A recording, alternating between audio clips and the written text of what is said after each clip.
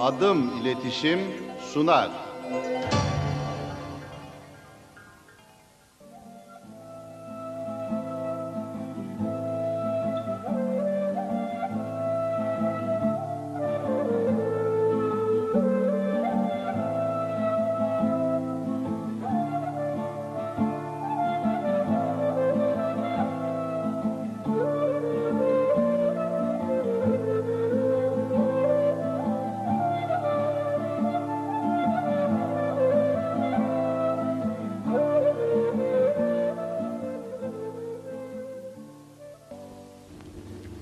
Rahman olan,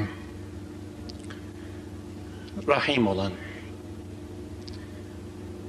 Kahhar olan, Gaffar olan, Settar olan, Mu'in olan, Müste'an olan, Vedud olan, Celal olan, Cemal olan, kemal olan ve kemal sıfatların tümüyle muttasıf olan, noksan sıfatlardan ari olan Allah'ın adıyla başlıyor. Ona bizi toprak yaratmadı, bizi taş yaratmadı, bizi yokluk içinde etmedi, varlık içinde etti. Varlık içinden seçip insan olma şerefine erdirdi.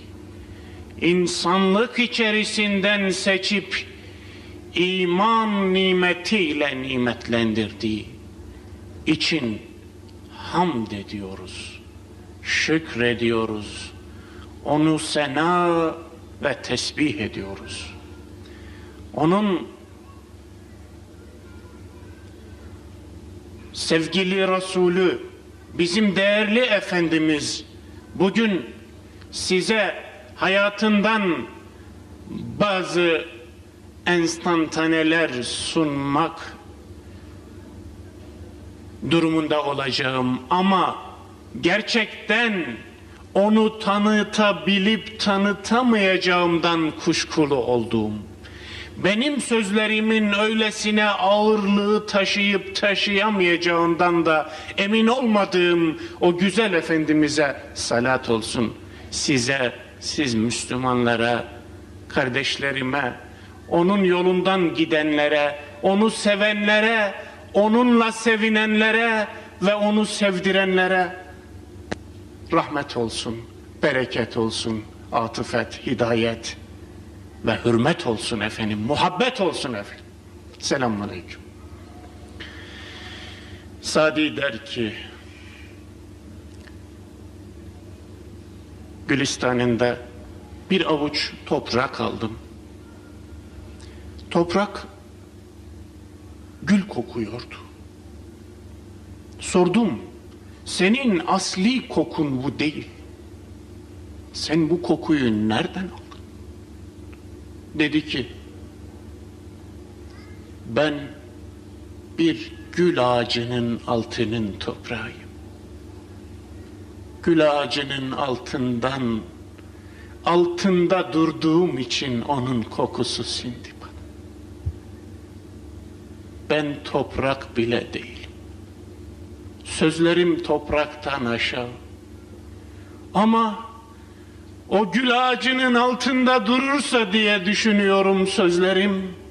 Belki o gülün kokusu sözlerime de siner de siz de sözlerim topraktan aşağı olan sözlerimde onun kokusunu bulursunuz. Yüreğinizin burnuna onun kokusu gelir. Belki bir kez hasretle efendim dersiniz de ben de ondan istifade ederim. Sözlerimin içinde bir değer bulacaksanız o değeri onda bulacaksınız. Sözlerim kanadı kırık bir kuş. Bu kuşa kanat olacaktır Resulullah. Ve inşallah bu kuşu size doğru uçuruyorum, kanat seslerini duymanız dileğiyle. Sohbetimin girişini ya da başlığını sorduklarında kardeşlerim üsve-i hasene, üsvetun hasenetun, yani güzel örnek, Kur'ani deyiminden yola çıkarak bu başlığı verdim. Ama eğer yanlış anlaşılmayacağını bilseydim, bugünkü konferansımın başlığını şöyle koyacaktım. Zaten siz de anlayacaksınız. Çünkü onu işleyeceğim. 3 Muhammed Aleyhisselam. Biz bir tek biliyorduk hocam. Şimdi 3 tane mi oldu diyeceksiniz. İzah edeceğim. Sabırlı olun. 3 Muhammed Aleyhisselam.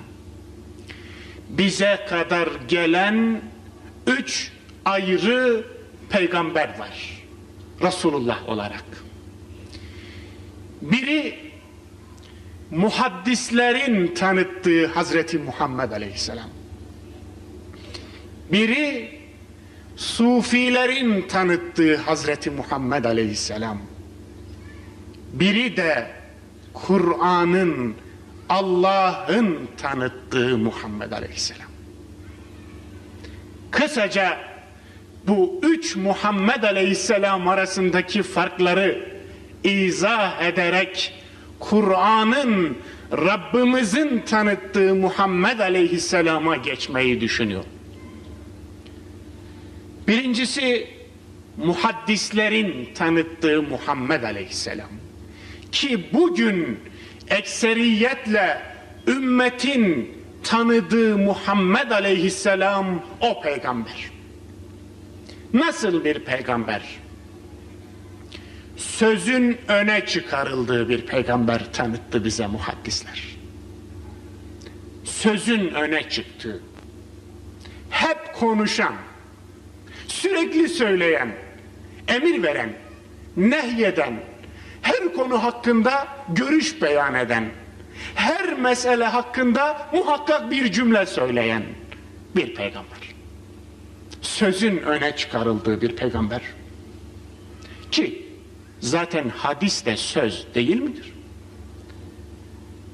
Yalnız muhaddisler bize çok azı hariç, bu rivayetlerden çok azı hariç, yahu Efendimiz bu sözü nerede söyledi? Ne yaparken söyledi? Şimdi damdan düşer gibi mi söyledi? Hiçbir şey yokken mi söyledi? Bunları söylemediler çoğu kez.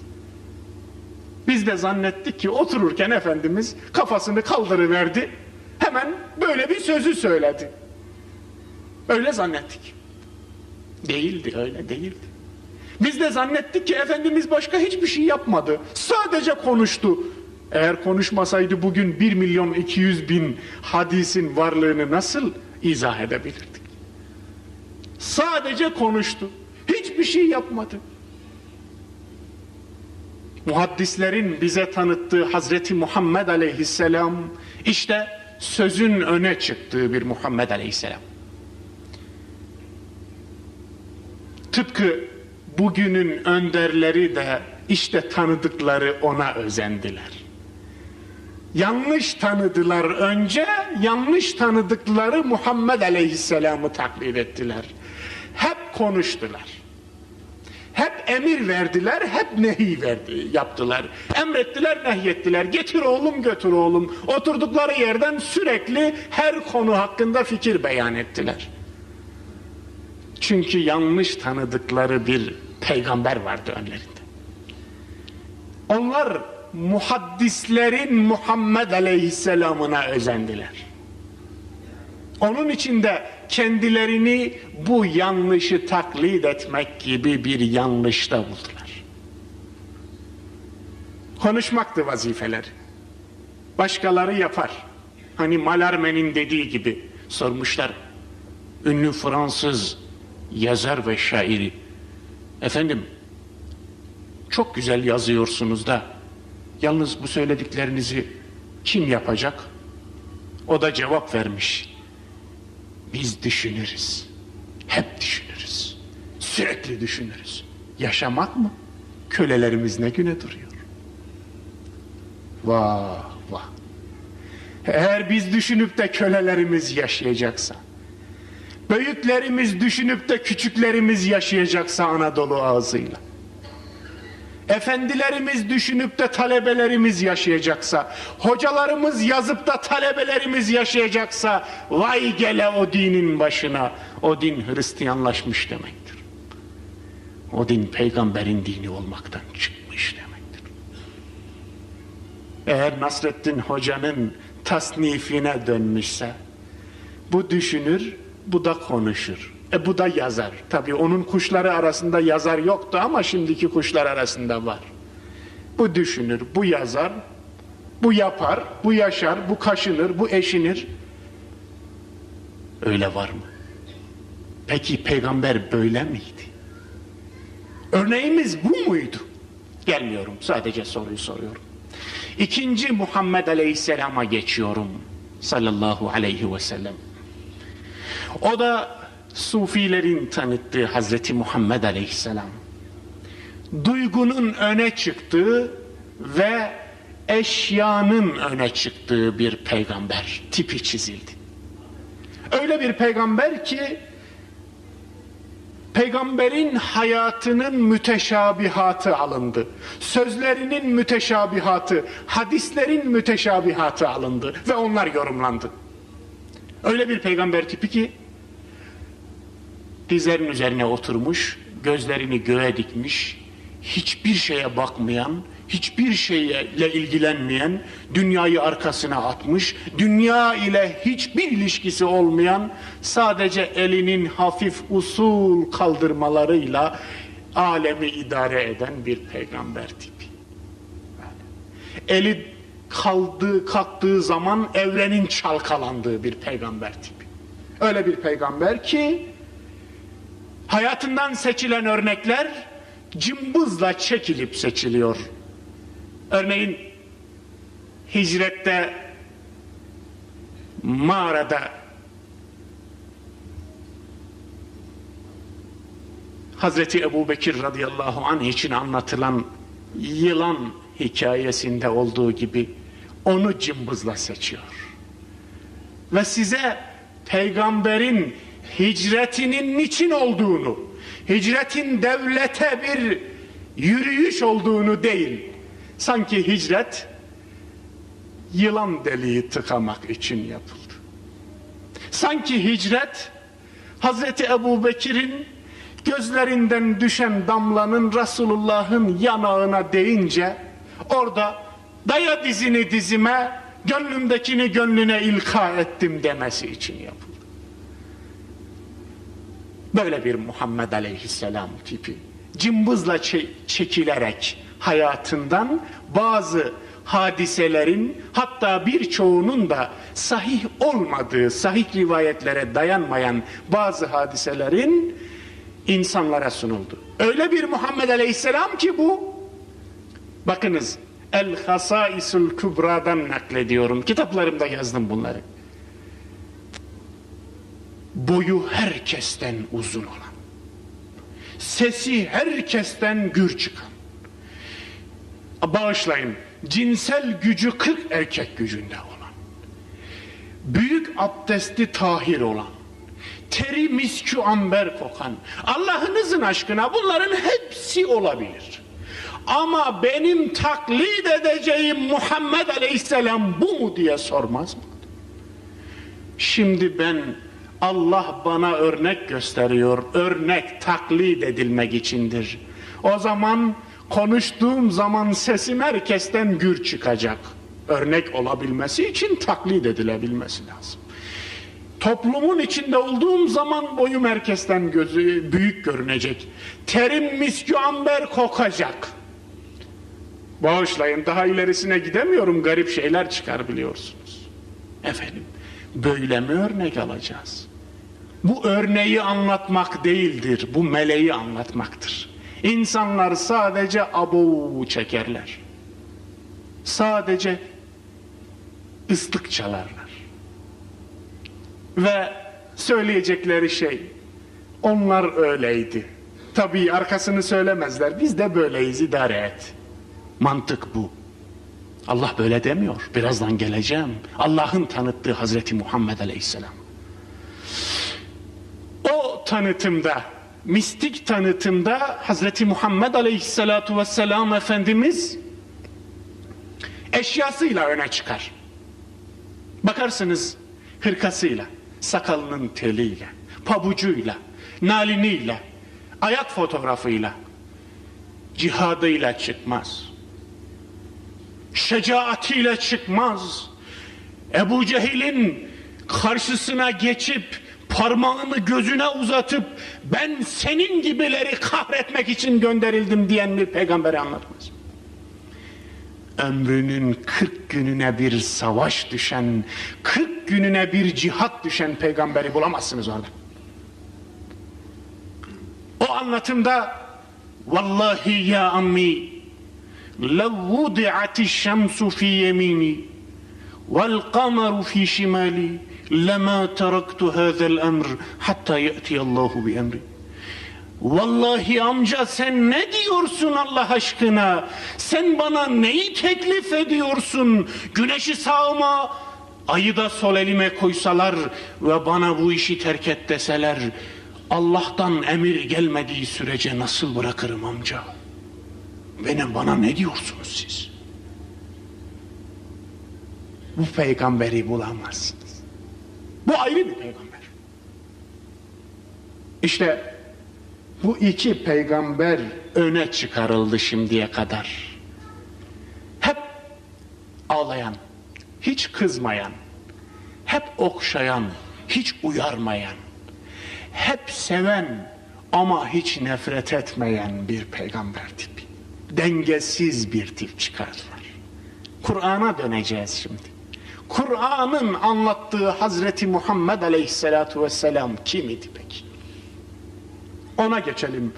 Ama diğer anlatımlarda peygamberin hayatını bulamazsınız.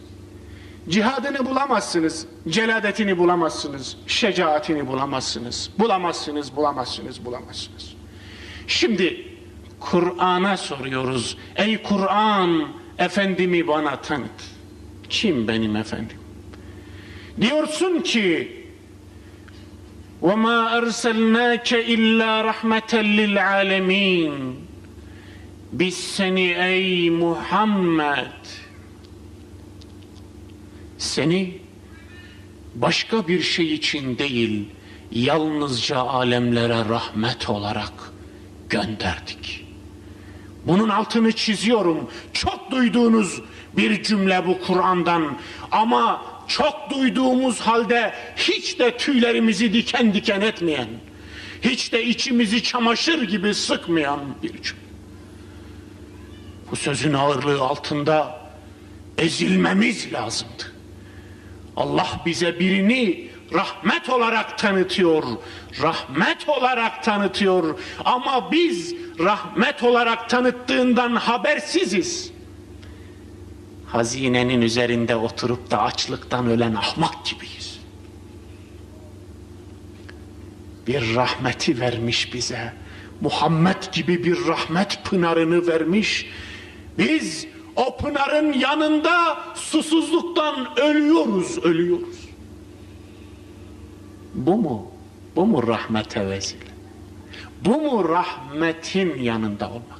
Bu mu rahmetin kendilerine tevdi edildiği insanlar olmak? Bu mu emanete liyakat? Bu mu emanete sahip çıkmak? Aziz dostlar, emanet dedim, dikkatinizi çekerim. Peygamber bir emanettir. Resulullah Allah'ın bu ümmete verdiği en büyük emanettir. Hocam bu emanete ihanet olur mu? Hem de nasıl olur? İhanet ettik. Muhammed Aleyhisselam'a ihanet ettik.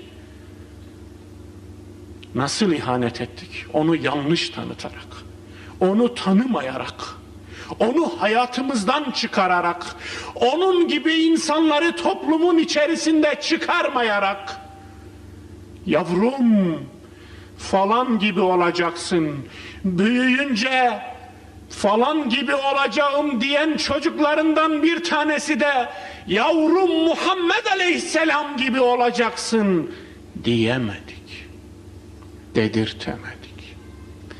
Allah örnek tanıttığı halde biz örneklikten çıkarttık onu.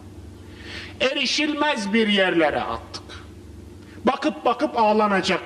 Bazılarımız da antika sandığına attılar. Babasından, merhum dedesinden kalmış köstekli gümüş saat gibi bakıp bakıp rahmetli dedeciğim diye ağlamak için galiba, bakıp bakıp öyle yılda bir sakalı şerif ziyaretlerine gidip ağlamak için yaptık. Alet ettik onu. Duygularımızı alet ettik. Hissiyatımızı alet ettik. Fetişizmimize alet ettik. Eşyayı kutsamamıza alet ettik. Değişik zaaflarımızı alet ettik. Ama efendim seni taklit etmekten başka seni her şey ettik. Seni neler etmedik. Müzeye koyduk seni, baktık baktık ağladık. Yükseğe kaldırdık seni, baktık baktık ağladık. Seni kabrine kapattık, hapsettik, utanmadan bir de yüzümüz tutmadan geldik ziyaret. Seni boğduk, önce öldürdük, sonra türbenin başında ağladık ya Resulallah. Seni taklit edecek yiğitler çıkaramadık. Bana şu adam Muhammed'i hatırlatıyor, bana şu zat peygamberi hatırlatıyor dediğiniz insanları çıkaramadığınız sürece ihanet etmeye devam edeceksiniz.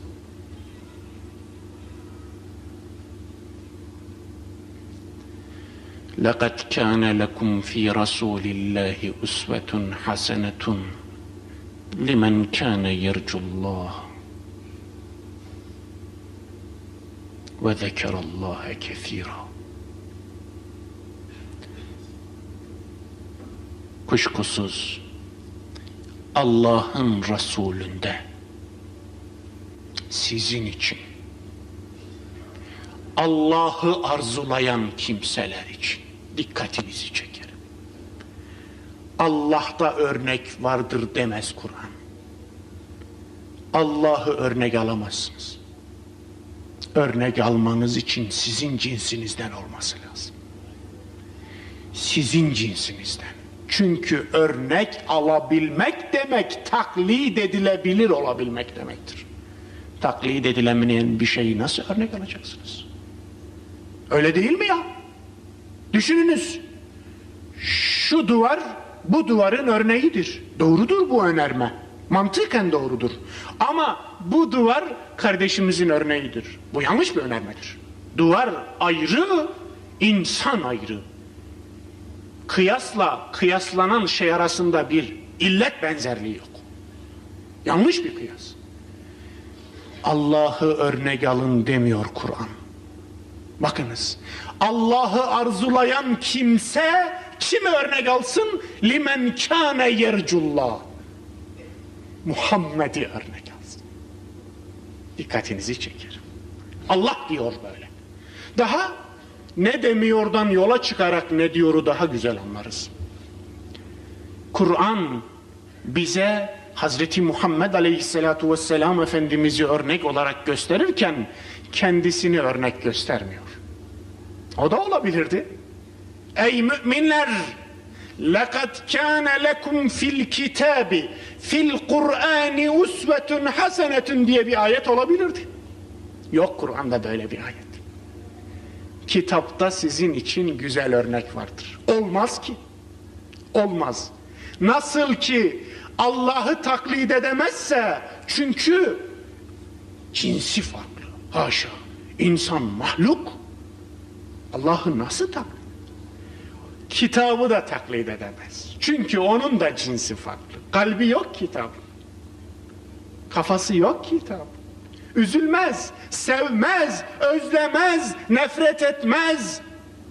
Ama size üzülen, seven, bağışlayan, savaşan insan lazım taklit edebilmeniz için. İnsan lazım. Onun için Kur'an size ne Allah'ı taklit edin dedi, ne kendisini, Kur'an'ı taklit edin dedi. Bir tek şeyi taklit edin. Muhammed Aleyhisselam'ı.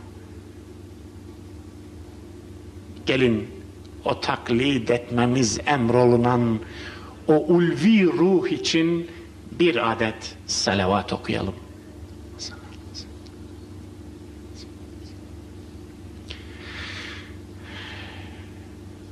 Sevgili dostlar, لَقَدْ كَانَ لَكُمْ ف۪ي رَسُولِ اللّٰهِ اُسْوَةٌ حَسَنَةٌ. Sizin için Allah'ın Resulü'nde güzel örnek vardır. Sizin için ve Allah'ı arzulayanlar için ve zekerallâhe kethîrâ, bir de üçüncü vasfı olanlar için, Allah'ı çok ananlar için, çok hatırlayanlar için. Benim lügatımda bağışlayın, zikr nedir bilir misiniz? Zikr, Kur'an'ı çok araştırdım, zikrin en son şu manaya geldiğini gördüm. Zikir kaygıdır. Kaygı. Ve zekerallâhe kethîrâ.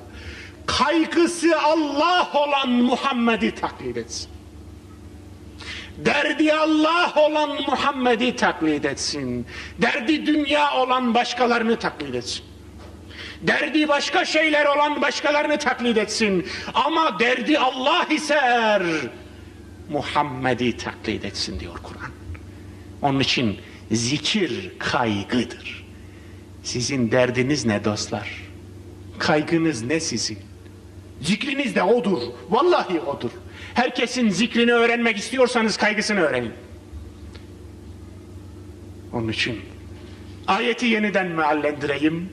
Bu tanımlara göre sizin için, Allah'ı özleyen için, o özlemenin ufkunda duran kainatın Halık'ını, sevginin Halık'ını, seven ve sevindireni, seven ve sevdireni özleyen için, limen kâne yercullah, Allah'ı rica eden için. Türkçe'ye aynen çevireyim. Allah'ı rica eden, Allah'ı rica etmek nedir? Ya Rabbi ben seni istiyorum diyorsan eğer, peygamberi taklit ediyor. Ve Allah, kaygısı Allah olan için örnek kimde var? Muhammed Aleyhisselam'da var. İşte budur. Ayet bunu söylüyor aziz dostlar. Allah'ı rica eden için, kaygısı Allah olan için, Allah'ı özleyen için. Kul, de ki, İn kuntum tuhibbûnallâhe fettebi'ûni. Eğer Allah'ı seviyorsanız bana uyun. Fettebi'ûni de ben, bana uyun emrinde beni taklit edini zaten görüyorum. Bu budur. Eğer Allah'ı seviyorsanız beni taklit edin. Bana uyun. Eğer bana uymuyorsanız Allah'ı sevmiyorsunuz. Bu budur. Mefhum muhalifinden bu çıkar. Bana uyun. Ne yapın? Yuhbibkumullah. Bana uyun. Allah'ı sevmenin bir faturası var. Sevginin faturası var. Faturasız sevgi olmaz. O kalp sevgidir. Geçmez para. Şu sahtekarca çıkarılan banknotlar var ya, yalan dolarlar var ya, karşılıksız çekler var ya, bedeli ödenmemiş sevgi işte odur. Sevgide sahtekarlıktır. Bedeli ödenmemiş muhabbet. Yavrunuzun, 2 yaşındaki bebenin bile gel seni bir öpeyim yavrum diye çağırdığınız zaman elinizde bir şeker istiyor, bir bedel istiyor. Benzetmek gibi olmasın. Ya Rabbinize sevginizi nasıl ispat ettiniz? Allah ispat biçimini de söylüyor. Kul in kuntum tuhibbunallah fettebi'uni. İspat edin. Peygambere tabi olun, sevginizin bedeli olsun. Bedelini ödeyin. Peki siz sevginizin bedelini öderseniz Allah da sevgisinin bedelini öder mi? Ne münasebet. Ödemez mi hiç? Yuhbibkumullah. Allah da sizi sevsin ve bedelini ödesin. Yagfir lekum zunubekum. Ve sizin günahlarını affetsin. Sizin günahlarınızı affederek o da sevgisinin bedelini ödesin. Bakınız, Allah bile sevgisinin bedelini ödüyorken siz nasıl seviyorum deyip de sevginizin bedelini ödemezsiniz? Sevginizin bedelini ödemek istiyorsanız peygamberi taklit edin. Nübüvvet müessesesi dostlar, örneklik müessesesidir. Onun için tarih boyunca kitapsız peygamberler gelmiştir yeryüzüne, ama peygambersiz kitap bir tane göremezsiniz. Göremezsiniz. Örneksiz olmaz da onun için. Örneksiz olmaz da onun için. Ya hocam, onu da gördük. Nasıl? Şimdi gördük. Peygambersiz kitaplılar var diyeceksiniz. Maalesef. Onu da bu çağda gördük. Peygamberi atıp kitabı almak isteyenler. Peygamberi kitaptan ayıranlar. Peygamberi ayrılmayacağı, ikisini birlikte andığı Rabbimizin kitaptan ayırıp hesapta kitabı alıyor gibi yapanlar, peygamberi atanlar. Haşa, peygamberi kabuk gibi soyup da içini, kitabı aldığını zannedenler. Peygamber kitabın kabuğu mu? Allah'ınızın aşkına öyle mi sizin defterinizde? Hadi gelin Kur'an'a soralım. Peygamber kitabın nesi? Üsvetun hasenetun. Peygamber kitabın iki ayak üzerine doğrulmuşu. Ayşe'ye sorduğumuzda onun cevabı bu radıyallahu anh. Ma hulukun nebi. Nebinin ahlakı neydi? Kâne hulukuhu Kur'an. Onun ahlakı Kur'an idi. Kur'an idi. Yani şöyle söyleyeyim. Bir polen tozu, çiçek tozu arıda bala dönüşür değil mi? Bir saman, şu hiç değer bulmadığınız saman koyunda süte dönüşür değil mi? Şu darı tavukta yumurtaya dönüşür değil mi? Teşbihleri çok iyi anlayasınız diye veriyorum. Ayeti alın elinize. Kur'an'ı alın elinize. Peygamber makinasına verin, hayata dönüşsün.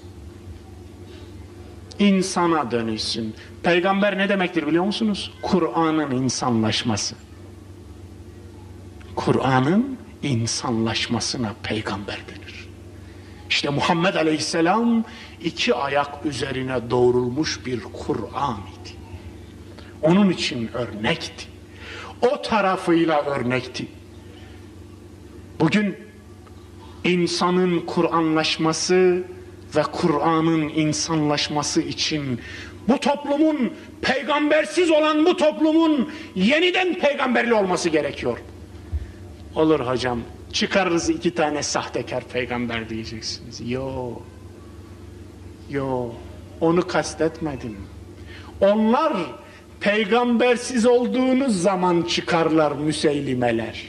Müslümancıklar, sahtekar peygamberler, peygambersiz kalan bir toplumda doğacak boşluğu doldurmak için çıkarlar. Bu toplum eğer Muhammed Aleyhisselamsız kalmasaydı sahtekar peygamberler çıkmazdı. Sonunda bu toplumdan da çıktı. İran'dan çıktı 150 yıl evvel Bahaullah. Pakistan'dan çıktı 100 yıl evvel Ahmet Kadiyani. Efendim 10-15 yıl önce Amerika'dan çıktı Reşat Halife ve ondan sonra da bu memleketten çıktı İskender el-Ekber'miş. Evet, bir toplumda sahtekar peygamberler çıkıyor mu? O toplum gerçek peygamberini yitirmiş de ondan demektir. Onun için Muhammed Aleyhisselam'ı nasıl diriltirsiniz? Nasıl tekrar ayağa kaldırırsınız? Onu tanıyarak dostlar. Onu öğrenerek, onu iyi tanıyarak kaldırırsınız. Yoksa birileri kendilerini size peygamber olarak sunarlar. siz bu kalpazanlığı yutarsınız. Allah etmesin. O zaman mı? O zaman ne olacağınızı Kur'an'dan öğrenin. يَوْمَ يَعَضُّ الظَّالِمُ عَلَى يَدَيْهِ يَقُولُ يَا لَيْتَنِ اتَّخَذْتُ مَعَ الرَّسُولِ سَب۪يلًا.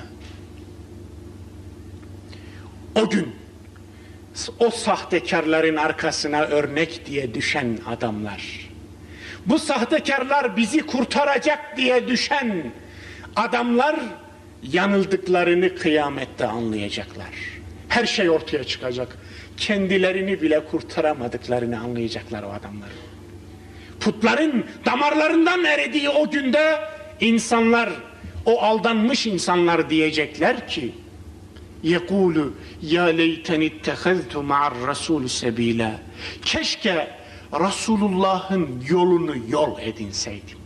Onu taklit etseydim, onun ardına düşseydim, onunla beraber gitseydim. Ya veyleta leyteni lem ettehiz fulanen halila. Ve keşke falanca adamı da peygamber dururken taklit etmeseydim. Falanca adamı taklit edilecek biri olarak görmeseydim diye yanacaklar, yakılacaklar ama iş işten geçmiş olacak. Şimdi Hz. Muhammed Aleyhisselam kimdir? Taklit edeceğiniz şeyi iyi öğrenmek zorundasınız ki taklit edebilesiniz. Şimdi geldik o soruya. Kimdir alemlerin rahmet olarak, alemlere rahmet olarak gönderilen bu Nebi? Bu soruyu Kur'an'dan cevaplamak istiyorum ve Resulullah'ın hayatından cevaplamak istiyorum sevgili dostlar. Önce o ulvi şahsiyetin kim olduğunu öğrenmek için o zatın hayatına bakacaksınız. Allah Muhammed Aleyhisselam'ı nasıl terbiye etti? Cenab-ı Hak bir insanı terbiye ederse o insan ne olur? Bu soruya cevap bulmak isteyen Muhammed Aleyhisselam'a baksın. Efendimiz'e baksın. İşte bu sorunun cevabını onda bulacaklar. Önce sevgili Efendimiz'i, Rabbimizin iç dünyasını tanımak için bir mağaraya soktuğunu görüyoruz. Hira'da bir güneş doğuyor. Hira'da. Bu güneş önce kendi içini tanıyor. Bir yolculuğa çıkıyor. Gönül yolculuğuna. Gönül yolculuğunda içindeki iklimleri geziyor. İçindeki dünyaları keşfediyor. Ben kimim sorusunu soruyor. Ben neyim, nereden geldim, nereye gidiyorum? Bunlar varlık sorusudur. Çünkü varlık sancısını çekiyor. Varlık sorusunu soruyor ve varlık sorusuna cevabı verenin kim olduğunu biliyorsunuz. Allah. Allah cevap veriyor. İkra bismi rabbikellezî halak. Halakal insâne min alak. İkra ve rabbukel ekram. İlâ ahir. Devam ediyor 5 ayette. 5 ayette bu sorunun cevabı veriliyor. Oku. Ben kimim mi diyorsun? Ben nereden geldim mi diyorsun? Ben nereye gidiyorum mu diyorsun? O zaman al cevapları. Sen Rabbin tarafından yaratıldın. Allah'tan geliyorsun sen. Bunu bil. Nereye gideceğin de yine adresi belli. Allah'a gideceksin. Neden yaratıldığını soruyorsan iyi bil ki Allah seni kendi dilediği gibi aşama aşama biçim vererek, tesviye ederek, düzene sokarak yarattı. Eğer beni yaratanın sıfatı kim diyorsan, beni kim terbiye etti diyorsan, o zaman iyi bil ki Rab olan Allah terbiye etti. O Rab sıfatının içinde hem yaratma var, hem terbiye etme var, hem besleyip büyütme var, Hem görüp gözetme var, hem tekamüle erdirme var, hem de kemali buldurma var. İşte o Rab'da gizli tüm sırlar. Onun için beni yaratanın niteliğini öğrenmek istiyorum diyorsan ey Muhammed, iyi dinle. Seni yaratanın birinci vasfı Rab'dır. Rablıktır. Rab olan Allah yarattı. Yoksa Aleyhisselatü Vesselam Efendimiz Allah'ı bilmiyor değildi ki. Müşrikler de biliyorlardı. Herkes biliyordu o dönemde. Allah'a ibadet ediyorlardı onlar ama putlara da ibadet ediyorlardı. Bu putlara niye ibadet ediyorsunuz diye sorulduğunda لِيُقَرِّبُونَا اِلَى اللّٰهِ زُلْفَى diyorlardı. Bizi Allah'a yaklaştırsın diye ediyoruz. Bakınız, gerekçeleri de hazır. Ve onlara sorduğun zaman gökten yağmuru kim yağdırıyor diye sor onlara diyor Kur'an. Diyecekler ki لَيَقُولُنَّ اللّٰهِ Allah yağdırıyor diyecekler. Müşrikler diyecek bunu. Görüyorsunuz. O zaman müşriklerin ihmal ettiği bir husus vardı. Neydi o? Allah'ın Rab olduğu husus. Onun için aziz dostlar, size bir araştırma sonucumu vereyim. Kur'an'ın ilk nazil olan 30 suresinde Allah lafzı sadece 20 kez, Rab lafzı 80 kez geçer. Halbuki Kur'an'ın tamamında Rab lafzı 700 küsür, Allah lafzı ise 2700 küsür. Buna rağmen ilk 30 surede niçin Allah lafzının tam 4 katıdır Rab lafzı? Çünkü eksiklik orada. Allah'ı Rab olarak tanımıyorlar. Allah'ı hayatı düzenleyen, hayatın içine giren, hayatı eline alan, kudreti ve kuvvetiyle insanın tüm ömründe tasarruf eden biri olarak görmüyorlar. Onlara göre Allah göklerin Allah'ı. Yerlerinki de kendileri, putları, şunlar bunlar. Firavun'un mantığı da buydu. Tarihlerin naklettiğine göre Firavun da Allah'ı inkar etmiyordu. Onun için ene rabbukumul a'la dedi. Ben sizin en büyük Rabbinizim. Bakınız, ene ilahukum demedi. Sizin ilahınızım ya da Allah'ınızım diye bir iddiası yoktu. Ama Rab olduğunu iddia ediyordu. İnsanlar üzerindeki tasarrufunu iddia ediyordu. Hakimiyetin kendisinde olduğunu iddia ediyordu. İşte temel yanılgı buradaydı. Onun için Efendimiz'e Hıra'da böylesine bir iç yolculuk yaptırıldı. İç dünyasını keşfetti. Kendisini tanıdı önce. Ondan sonra Rabbisini tanıdı. Bu Hıra yolculuğunu nasıl taklit ederiz diye soruyor musunuz? Sorun, çekinmeyin. Ben söyleyeyim. Elbette kendinize bir mağara bulup da içine çekilin diye bir teklifim olmayacak size. Lakin her geceniz bir Hıra'dır. Ve yaşadığınız sürece binlerce gece geçirdiniz. Bir tanesini Hıra yapabildiniz mi? Hiç sordunuz mu? Ben nereden gelip nereye gidiyorum? Akıbetim ne olacak? Kendimi tanıyabildim mi? İç dünyamı keşfedebildim mi? Ben benimle tanıştım mı diye sordunuz mu hiç? Ben Rabbimle tanışmadım mı diye sordunuz mu? Bir tek gecenizi Hıra yapabildiniz mi? Yapabilene her gece Hıra'dır. Her gece. Yorganınız mağaranızdır. O mağaraya girince hiç kendinizi keşfe çıktınız mı? Yoksa horul horul uyudunuz mu? Dahası Efendimiz Aleyhisselatü Vesselam Hıra tecrübesini ümmeti bir ömür yaşasın diye kendisi de yaşadı. İtikaf adı altında bu ümmete sünnet-i müekkede olarak bıraktı.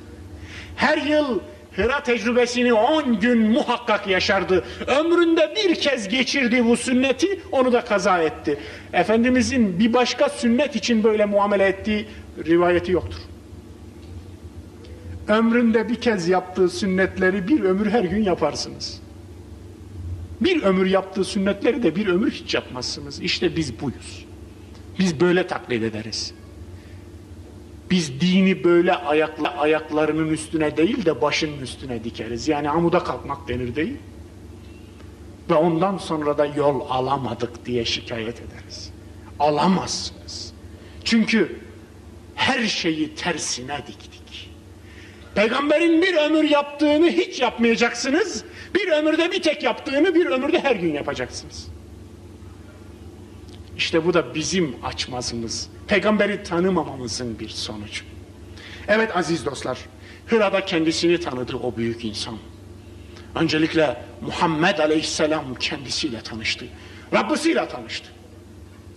Men arafe nefse fekad arafe rabbeh. Fehvası uyarınca nefsiyle ve Rabbisiyle tanıştı.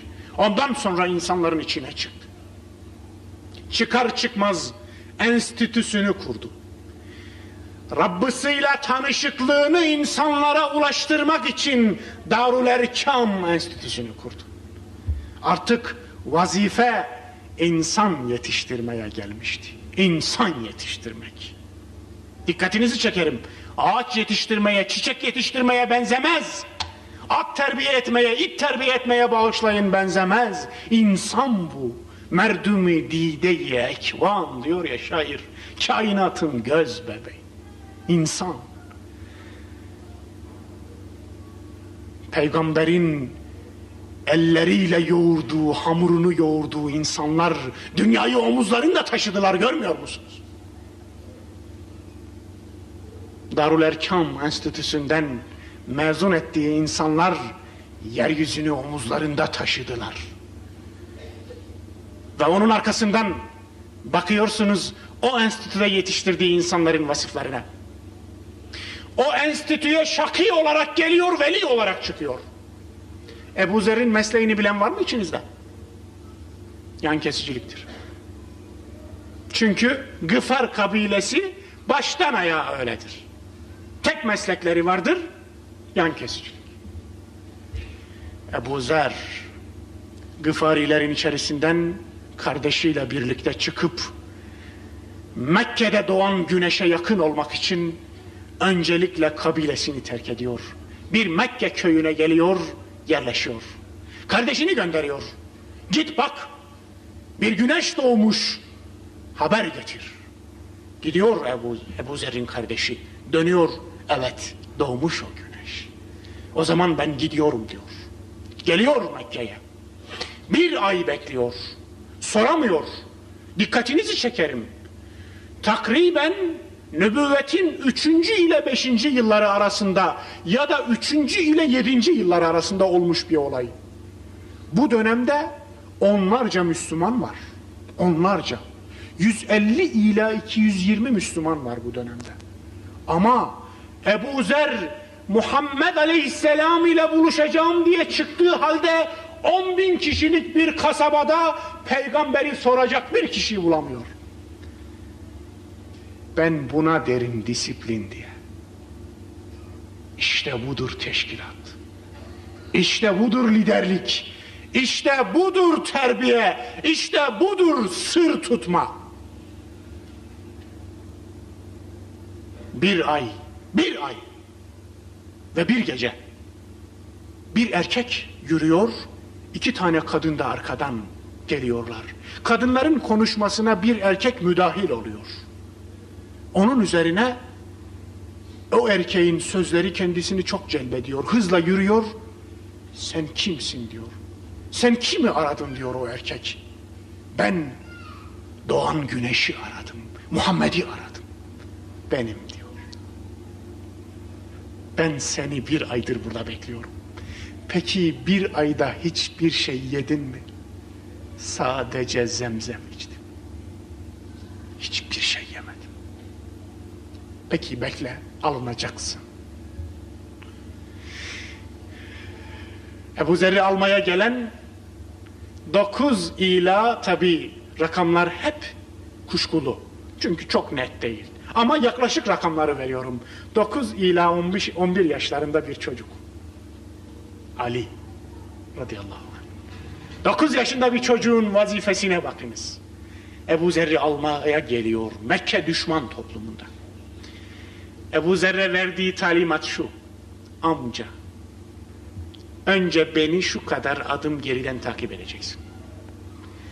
Sonra benim daldığım mahallelere ben çıktıktan sonra dalacaksın. Ben bir kapının önünde ayağımdan ayakkabım çıkmış gibi yere eğileceğim. Sen o kapıdan gireceksin, ben devam edip gideceğim. 9 ila 11 yaşındaki bir çocuğun disiplinini görüyor musunuz? Peygamberin ellerinde yetişirse böyle yetişir. Darülerkam Enstitüsü'nün mezunu bu. Talebesi. Böyle terbiye etti.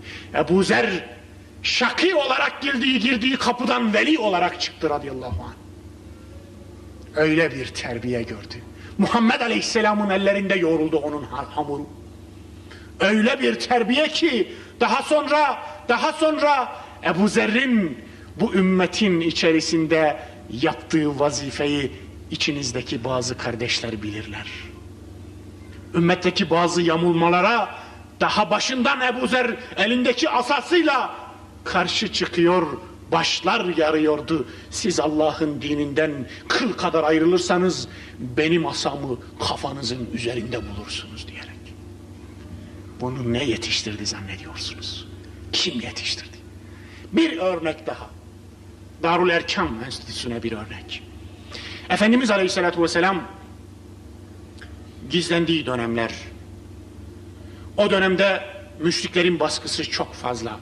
Hazreti Ebubekir komalık edilmiş, sopa çekilmiş Kabe'nin yanında namaz kılarken. Baygın bir halde yatıyor. Ayıldığında birkaç gün geçmiş ve ayılmış. Efendim nerede diyor. Sevgilim nerede? Eyne habbi. Sevgilim nerede? Aynen böyle. Annesi bilmem oğlum.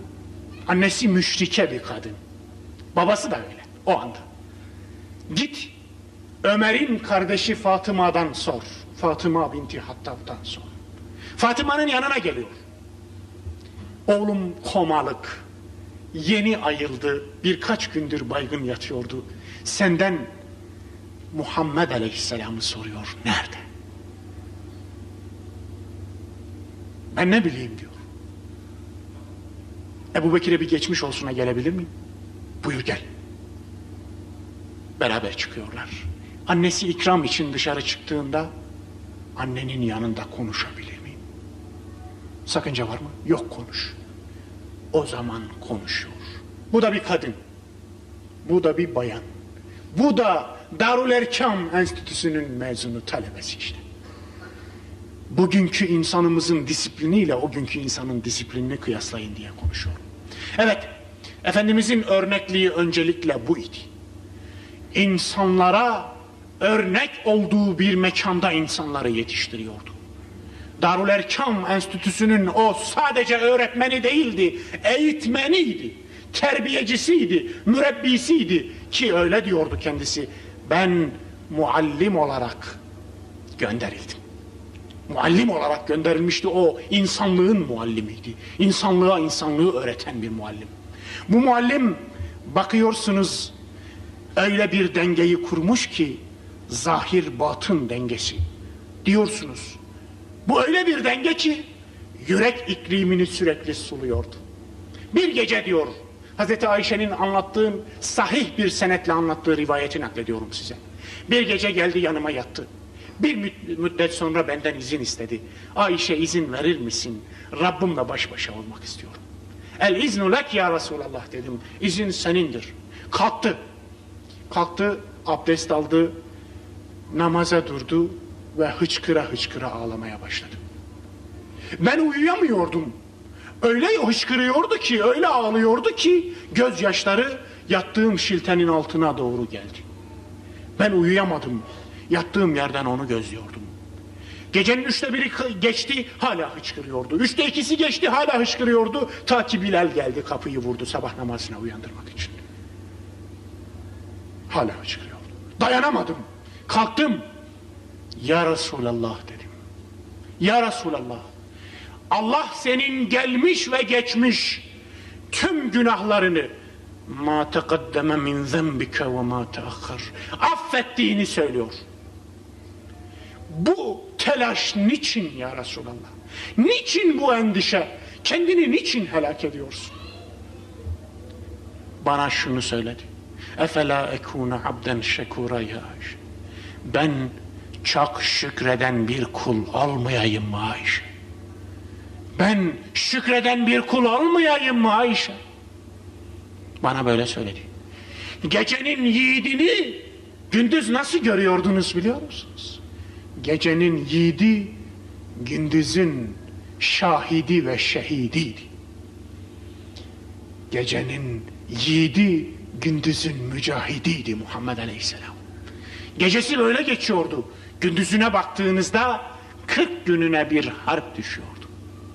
Cihadı insanın yararına yapıyordu. Peygamberin yaptığı cihatta savaşanlar kazanmıyordu, savaşılanlar kazanıyordu. Eğer cihat savaşanların kazandığı, savaşanların yararına olan bir hadiseye dönerse o cihad olmaktan çıkmış, ganimet çapul işine dönmüştür. İslam'da cihadın cihad olabilmesi, savaşanların, savaşılanların yararı gözetildiği zaman olur. Ne yarar o? İman gibi bir yarar. Aynen Efendimiz öyle diyordu. Bir savaştan alınan esirler bağlı olarak götürülüyorlardı da şöyle buyurmuştu yanındakine. Allah şimdi bunlara gülüyor, tebessüm ediyor. Niye gülüyor biliyor musunuz? Bağlanmışlar da cennete götürülüyorlar. Cennete götürülmek için insan bağlanır mı? Evet, cennete götürmek için savaşmak. Cihat budur, yoksa çapulun adı değildir. Cihat budur, yoksa toprakçılığın adı değildir. Toprak fethetmek değildir. Onun için İran fethedildiğinde Hazreti Ömer eyvah çekti. Eyvah, eyvah. Hiçbir devlet başkanı bir ülkeyi fethedip de eyvah çektiğini duydunuz mu siz? Ama Ömer çekti. Hakeza Amr İbnül As Mısır'a izinsiz girmişti. Eğer diyor izin isteseydim Ömer izin vermeyecekti. Ömer bana izin vermeyecekti. Niye vermeyecekti? Ömer önce gönülleri fetheder, sonra toprakları fethederdi. Ama biz toprakları fethettik. Tabii biz şimdi toprak da fethedemiyoruz. O ayrı bir mesele. Biz hiçbir şeyi fethedemiyoruz. Biz bir tek şeyi fethettik. O da hep nefsimizi, hep kendimizi, hep üzerinde oturduğumuz yerleri ya da hep bizim olan şeyleri zaten. Bizim olmayan hiçbir şeyi fethettiğimiz yok. Defaatle dönüp bizim olan şeyi fethediyoruz.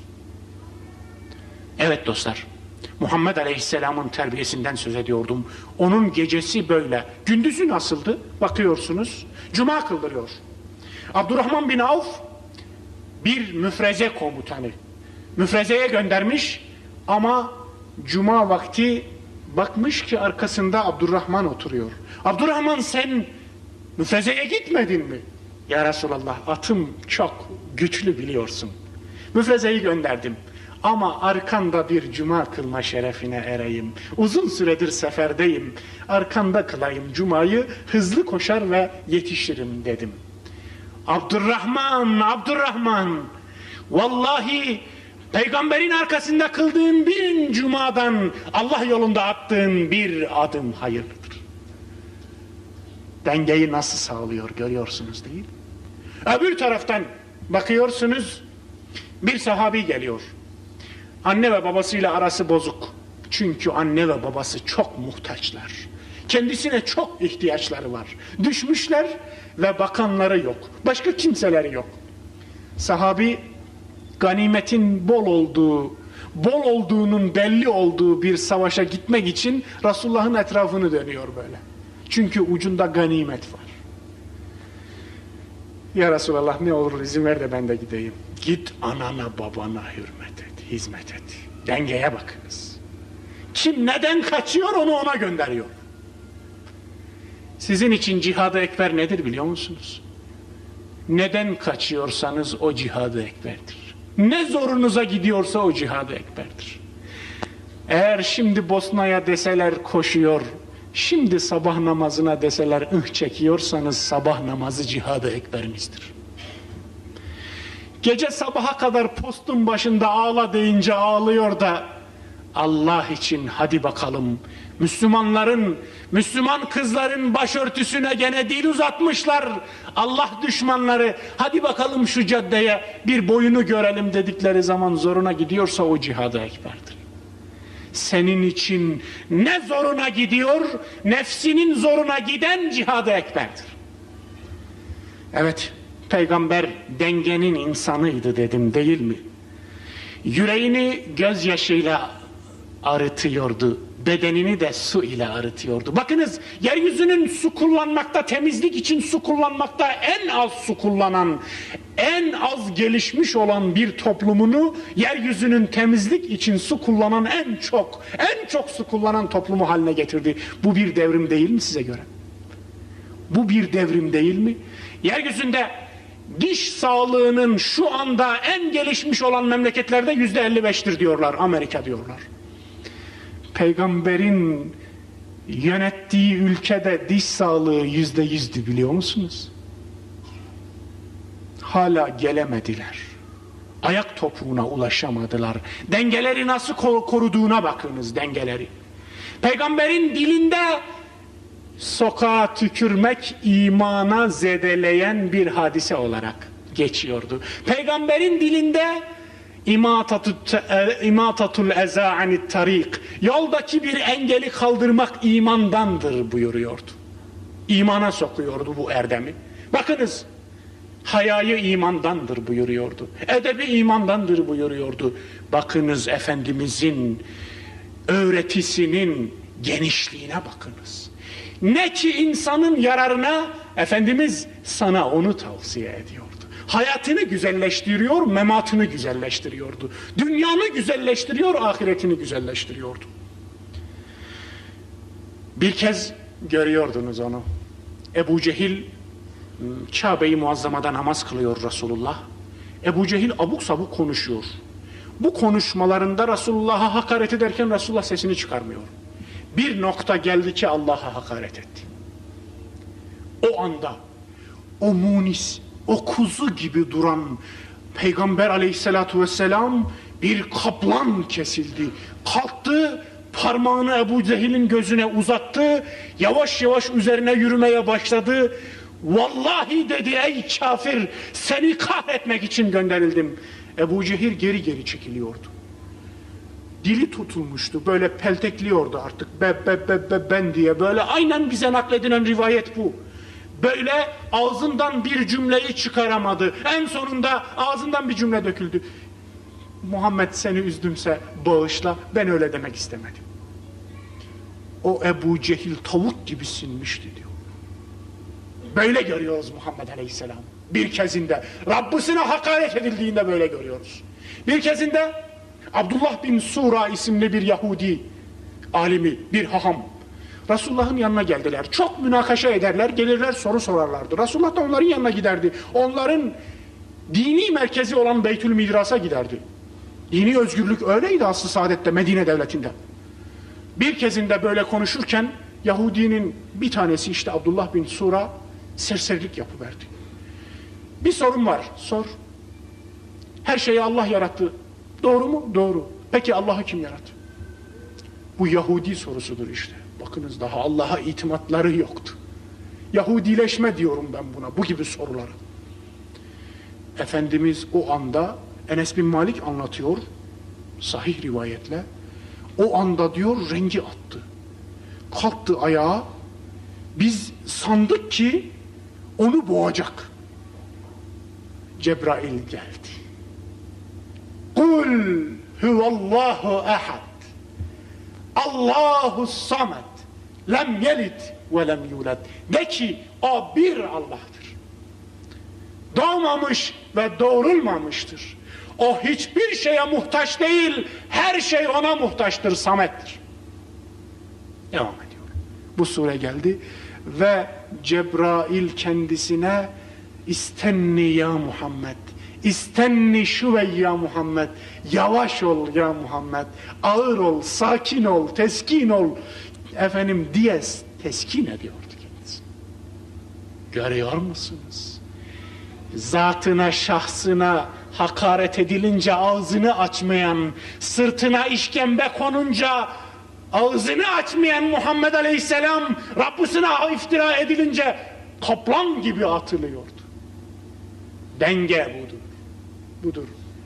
Bizde neye dönüştü bu? Şahsınıza hakaret edilince kaplan olacaksınız, Rabbinize hakaret edince böyle tavuk gibi pusacaksınız. Peygamberinize hakaret edilince kabuğunuza sineceksiniz. Salyangoz olduk hep beraber. Kabuğumuza çekiliyoruz, görmüyor musunuz? İşte bu Muhammed Aleyhisselam'ı Uhud'da görüyoruz. Ne yapıyor? Dişi kırılmış, kafası yarılmış, kan revan içinde alemlere rahmet olarak gönderiliyor bakınız. Sıradan bir insan değil, insan ama nasıl ki elmas sıradan bir taş değilse o da insan ama elmas gibi. Diğer taşlara nazaran. Yanındaki birkaç kişi koltuğuna giriyor. Ya Resulallah, tam zamanı diyorlar birbirlerine. Tam zamanı, şimdi helak oldular. Müşriklerin topundan kurtulduk şimdi. Ya Resulallah, beddua et. Bir tanesi geliyor, ya Resulallah beddua et. Sa'd ibn Vakkas olduğu söylenir, bilmiyorum ne derece doğru. Efendim, bir başkası daha geliyor, ya Resulallah ne olur beddua et de şunlardan ömür boyu kurtulmuş olalım. Elini açıyor. Diyorlar ki, şimdi belalarını buldular. Ya Rabbi, onlara hidayet et, onlar bilmiyorlar. Onlara hidayet et, onlar bilmiyorlar. İşte peygamber şefkati buydu. لَقَدْ جَاءَكُمْ رَسُولٌ مِّنْ أَنْفُسِكُمْ عَزِيزٌ عَلَيْهِ مَا عَنِتُّمْ حَرِيصٌ عَلَيْكُمْ بِالْمُؤْمِنِينَ رَؤُوفٌ رَحِيمٌ. Sizin içinizden size bir peygamber geldi ki o size çok şefkatli, çok merhametli, sizin başınıza gelen hadiseler karşısında üzerinize titreyen bir nebi o. Halbuki Rauf ve Rahim ismini Mevla kendisi için kullanır. Bu ayette peygamber için kullanıyor. Öyle şefkatli ki onunla yaptığınız istişare sonucunda onun fikrine uymayacaksınız Uhud'da. O içeride kalarak düşmanı kabul edelim diyecek, siz gençler dışarı çıkalım diyeceksiniz, sizin görüşünüzü kabul edecek. Tam yola çıkmışken görüşünüzün yanlışlığını anlayacaksınız. Ve diyeceksiniz ki hayır ya Resulallah biz vazgeçtik, sizin görüşünüze döndük. Bir peygamber giydiği zırhı çıkarmaz diyecek. Ve çıkacaksınız Uhud'a. Çıkacaksınız ama ganimeti görünce üşüşeceksiniz ganimetin başına. Yine yarı yolda bırakacaksınız. Hatta ganimetten sonra Halid'in müfrezesi dağı kuşatıp da arkadan baskın yapınca kaçacaksınız. Peygamberin etrafında bir elin parmağı kadar adam kalacak. Ve hepiniz gideceksiniz. Aşere-i Mübeşşere'den bazıları, ismini burada vermiyorum, 3 günlük yola kadar kaçmışlardı. Kendileri söylüyorlar bunu. Evet. Ve ondan sonra peygamber ne yapacak, siz döneceksiniz. Sizin için istiğfar edecek.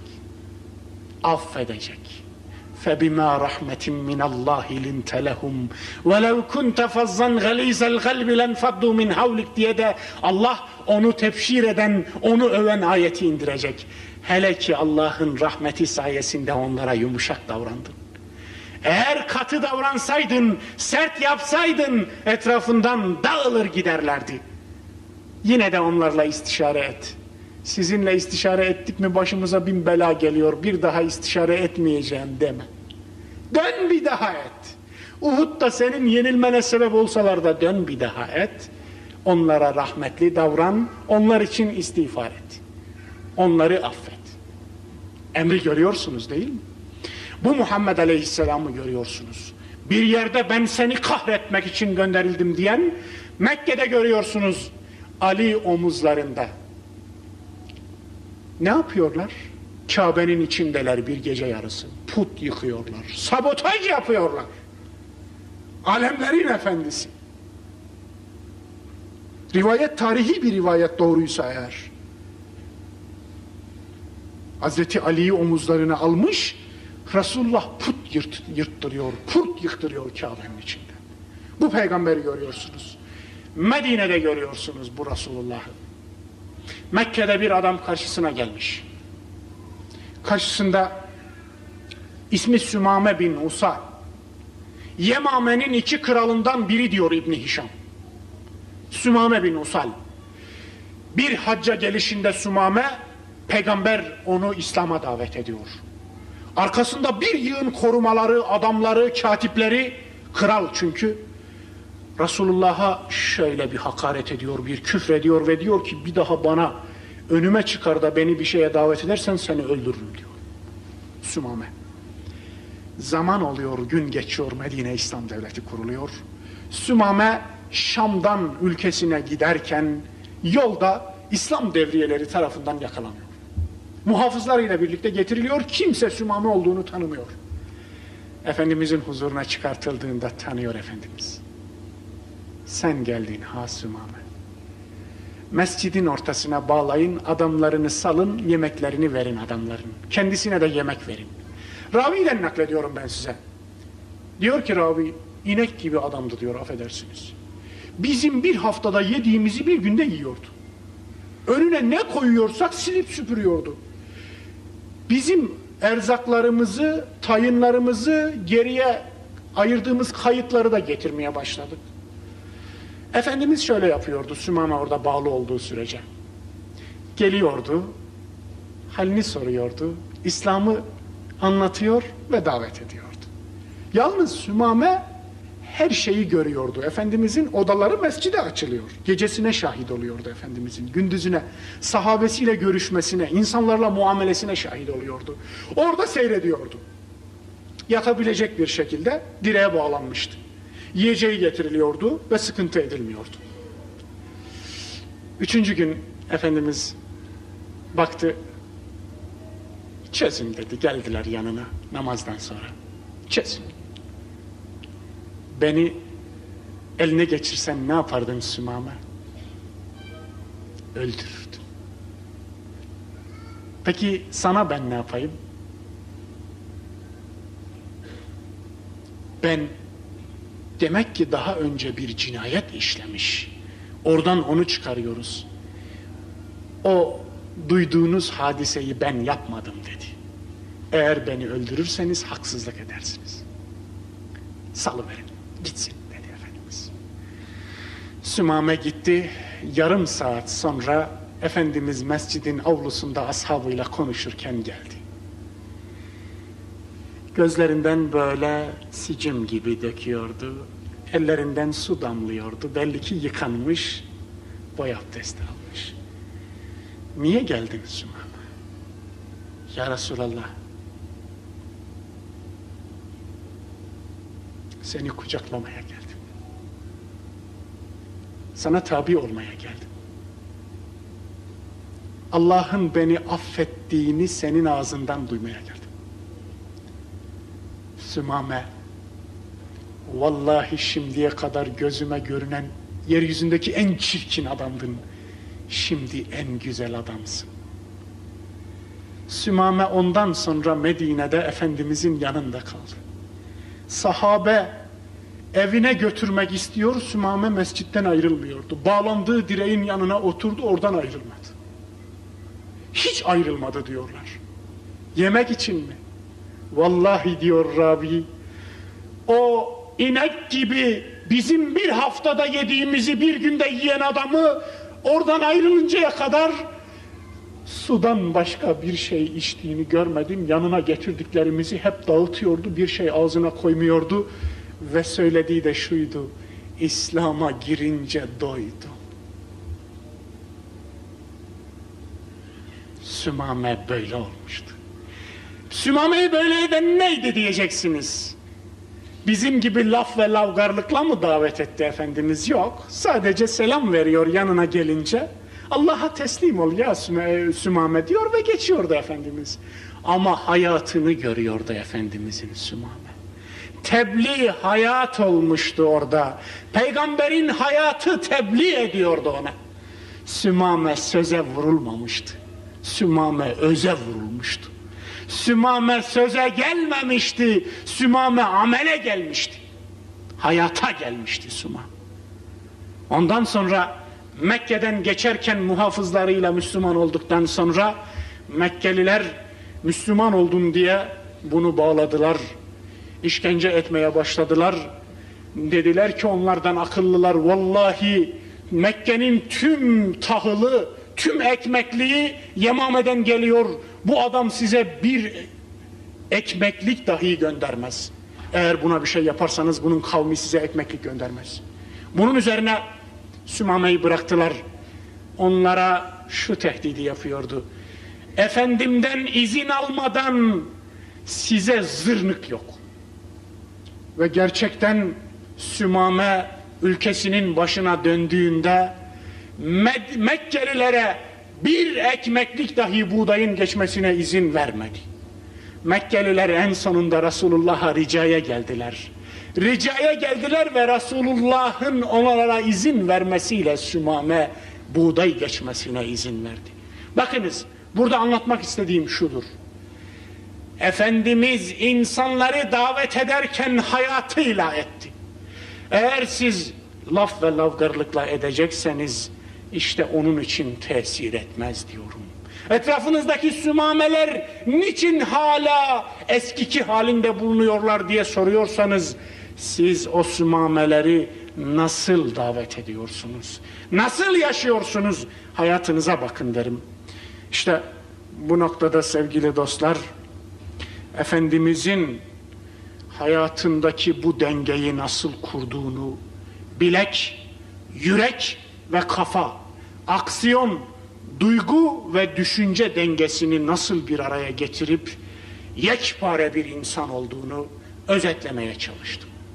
Bugün eğer aranızda Peygamber aleyhissalatu vesselam'ı andıran, iki ayak üzerine doğrulmuş Kur'anları çıkaramadığınız sürece, onları yetiştiremediğiniz sürece toplumunuzdaki devrim gerçekleşmeyecek.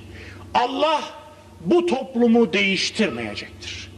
Çünkü innallâhe lâ yugayyiru mâ bi kavmin hattâ yugayyiru mâ bi enfusihim.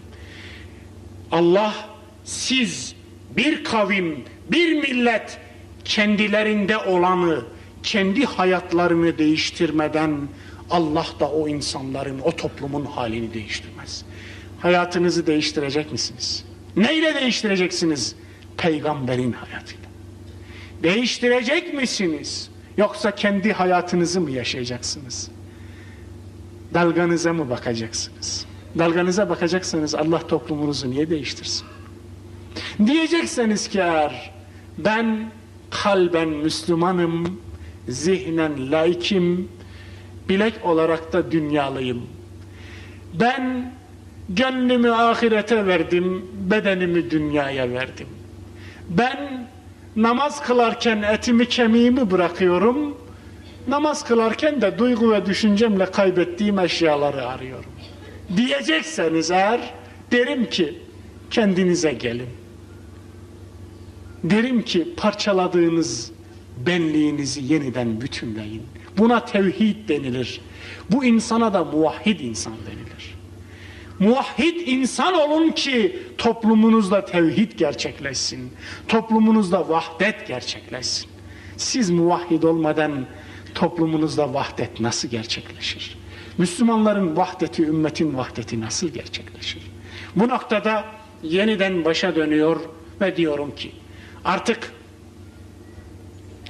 Sufilerin tanıttığı duygu yüklü, sırf kalp olan Hazreti Muhammed'i değil, Selefilerin tanıttığı sırf söz olan, sırf zihin olan Hazreti Muhammed'i değil, Kur'an'ın tanıttığı hem kalp, hem kafa, hem bilek olan, hem duygu, hem düşünce, hem eylem olan Hazreti Muhammed Aleyhisselam'ı tanıyın. Geceniz ibadetle, gündüzünüz hikmet ve cihatla, akşamınız düşünce ve kitapla geçsin. Kitabı, tesbihi ve silahı bir bedende buluşturun. Bunların birbirini diğerine karşı savaştırmayın. İnsanı bölmeyin. Muhammed Aleyhisselam'ı bölenleri dinlemeyin. Allah'ın size tanıttığı Resul-i Ekrem Efendimiz'i yeniden tanıyın ve hayatınızda bir bütün olarak yeniden yaşayın. Göreceksiniz, her hayatınızı bir bütün olarak onun hayatına ne kadar yaklaştırırsanız, Müslüman oldum demek sizin için mutlu oldum demek manasına gelecek. Hepinizi mutlu olmuş insanlar olarak görmeyi umuyor. Böyle bir nimetin Rabbimiz tarafından size ve bize çok görülmemesini niyaz ediyor. Beni dinlemeye sabrettiğiniz, tahammül ettiğiniz için teşekkür ediyor ve Resulullah'ın ruhaniyetine, ya Resulallah, burada seni andık, seni anlatmaya çalıştık, başaramayacağımız bir işi yaptırdılar bize. Sanki okyanus çay kaşığıyla boşaltılabilirmiş. Sanki deryalar yüzmekle aşılabilirmiş. Sanki benim gibi bir karınca sonsuz bir yolculuğu bitirebilirmiş gibi bana bu yükü verdiler. Ben biliyorum, beceremeyeceğim. Senin hayatını anlatmak laftır. Sen anlatılacak bir insan değilsin, yaşanacak bir insansın ya Resulallah. Sözün bittiği yerde sen başlarsın. Lafın bittiği yerde sen başlarsın efendim. Bir gün bizde de sözün bitip senin başladığın noktaya gelmeyi nasip ettir ve Rabbimizden o günlerin gelmesi için niyaz ediyorum ve Resulullah'ın ruhaniyetinin o pir-i pak olan ruhaniyetinin hürmetine demekte herhangi bir akide açısından sakınca bulmuyorum, görmüyorum. Eğer dirisi alemlere rahmet ise ruhu da alemlere rahmet olması lazımdı. Yoksa bugün hiçbir anlamı yoktu onun, tarihi bir şahsiyet olmaktan başka. Eğer onun ruhu da alemlere rahmet olmayacak idiyse o sadece gelmiş geçmiş insanlardan bir tanesiydi. Ben öyle düşünmüyorum. Bu vesileyle peygambere layık olan bir ümmet kılmasını Rabbimizden niyaz ediyor. Hepinizi saygı, hürmet ve muhabbetle selamlıyorum efendim. Esselamu Aleyküm. Bu kaset Akabe Vakfı'nın katkılarıyla hazırlanmıştır. Tüm çoğaltım hakları Adım İletişim'e aittir. Çoğaltılması kesinlikle yasaktır. Adım İletişim.